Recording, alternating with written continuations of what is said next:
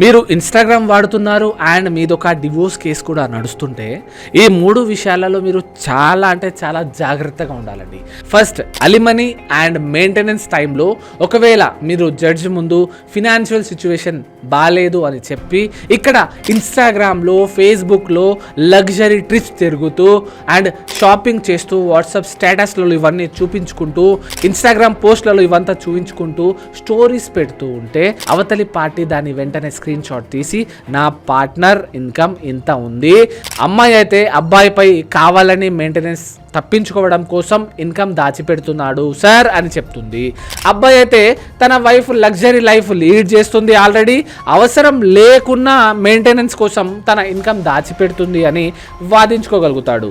చాలా కేసెస్లో కోర్టు ఈ పోస్ట్ ద్వారా hidden income and assets trace చేశాయి. దీని ఆధారంగా మెయింటెనెన్స్ ఇవ్వడమో మెయింటెనెన్స్ క్యాన్సిల్ చేయడమో జరుగుతుంది.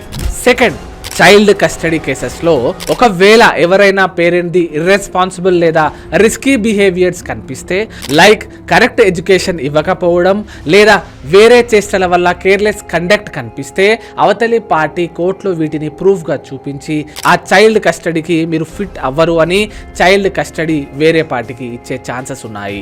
Third, over sharing risk. మీ స్పౌస్ గురించి ఏదైనా డిఫేమేటరీ పోస్ట్ చేయడం, కొత్త రిలేషన్షిప్స్కి షో చేయడం, మిమ్మల్ని ఎవరెవరు ఫాలో అవుతున్నారో ఐడియా కూడా లేకుండా ప్రైవేట్ ప్రొఫైల్ని పబ్లిక్ చేయడం. గుర్తుపెట్టుకోండి, ఈ రోజుల్లో జనాలు ఇంట్లో కన్నా సోషల్ మీడియాలోనే ఎక్కువగా ఉంటున్నారు. ఒకవేళ మీ డివోర్స్ ప్రొసీడింగ్స్ జరుగుతూ ఉంటే ఆలోచించి పోస్ట్ చేయండి. ఈ వీడియోని సేవ్ చేసుకొని తప్పకుండా మ్యారేజ్ డిస్టర్బెన్సెస్లో ఉన్న వాళ్ళతో షేర్ చేయండి. జాగ్రత్తగా ఉండండి, లా తెలుసుకోండి, మీకు మీరే లాయర్ అవ్వండి. ఇలాంటి ఇంకా లీగల్ ఇన్ఫర్మేషన్ కోసం ఫాలో చేస్తూ ఉండండి. Thank you.